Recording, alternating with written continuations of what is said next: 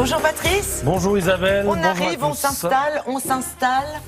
J'imagine que le sujet du jour, j'ose pas imaginer que ça soit autre chose. Oui, de tous les sujets qui devraient faire l'actualité aujourd'hui, pas besoin d'effectivement d'être Madame Irma pour identifier celui qui émergera de tous les autres, le foot bien sûr, l'euro et ce classique des classiques que représente l'affiche France-Allemagne. Oui, parce qu'en foot il y a des références, des affiches particulières. France-Allemagne, c'est comme quand on donne le Lac des Cygnes à l'Opéra Garnier ou la Traviata à la Scala de Milan, c'est un incontournable. Voilà pourquoi la presse sort l'artillerie sémantique ce matin. Ici, on convoque l'espoir. Là, on convoque la rage de vaincre en triple exemplaire. Regardez-moi ce visage de Pogba. Plus loin, on s'en remet à l'histoire. Rien que ça.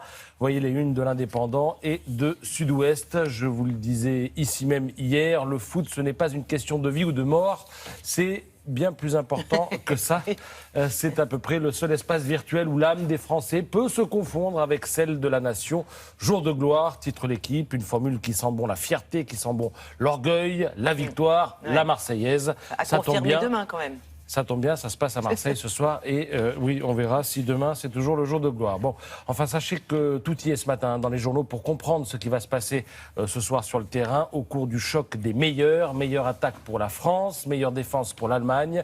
Vous saurez tout au dixième de pourcentage près que les Français gagnent plus de duels que les Allemands, mais que les Allemands cadrent mieux leurs tirs que les Français. Alors, comme vous n'en avez pas fini avec le foot aujourd'hui, je vous propose une escapade du côté de 01 Net, le magazine de la haute technologie qui propose une immersion dans le cerveau de demain. Alors attention, c'est aussi surprenant qu'inquiétant et tout ça pourrait se mettre en place à l'horizon 2040-2050. Ça s'intitule « Quand la techno augmente le cerveau ». En une formule, l'ambition est résumée.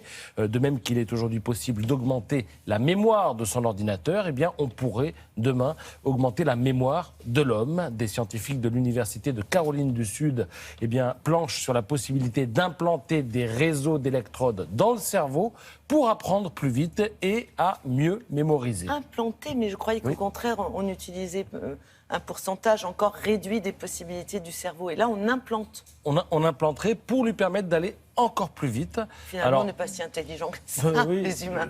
Non, vous allez voir, en tout cas, ils sont suffisamment intelligents pour vous permettre de décupler les capacités de votre cerveau. Parce que dans le même ordre d'idées, vous avez d'autres chercheurs, ceux de l'université d'Harvard et de Barcelone, qui ont réussi à transmettre, écoutez bien, à transmettre un message simple, par exemple « bonjour », entre un cobaye, donc une personne qui s'est située en Inde, et une autre qui était située à Strasbourg. Alors sur la tête de l'émetteur, celui qui dit bonjour, ils ont placé un casque captant les ondes magnétiques émises par l'activité des neurones.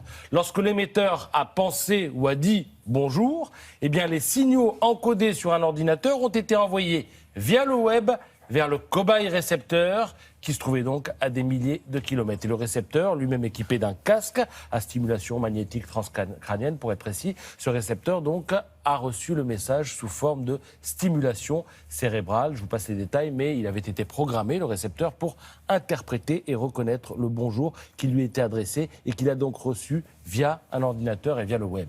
Alors ce genre d'expérience nécessite pour l'instant un dispositif très lourd, précise le magazine, et ne fonctionne que dans un seul sens. Mais il ouvre de belles perspectives si l'action des neurones peut être transcrite en langage informatique, ce que semble prouver l'expérience dont je viens de parler, eh bien, on peut envisager de contrôler demain n'importe quelle machine par la pensée. Une voiture, une chaîne d'assemblage dans une usine, une machine à laver ou un aspirateur qu'on pourra faire démarrer en moins d'une seconde, juste en y pensant et à distance. Alors les militaires, eux aussi, suivent ça de très près. Demain, ils imaginent pouvoir faire la guerre sans hommes sur le terrain, ce qui nous renvoie à la plus philosophique des questions.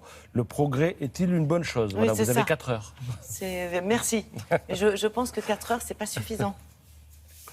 Merci beaucoup. Il a terminé, manifestement, comme dirait William. On va parler de technologie maintenant. C'est un petit peu... C'est pour continuer ce que vous avez dit. On fait la transition. On fait une transition, exactement. Il s'agit de lumière, on le sait, la lumière du jour, c'est très important pour notre bien-être et pour notre morale, pour notre physique. Yann Lavoie a une solution, mais ça se passe dans une lampe.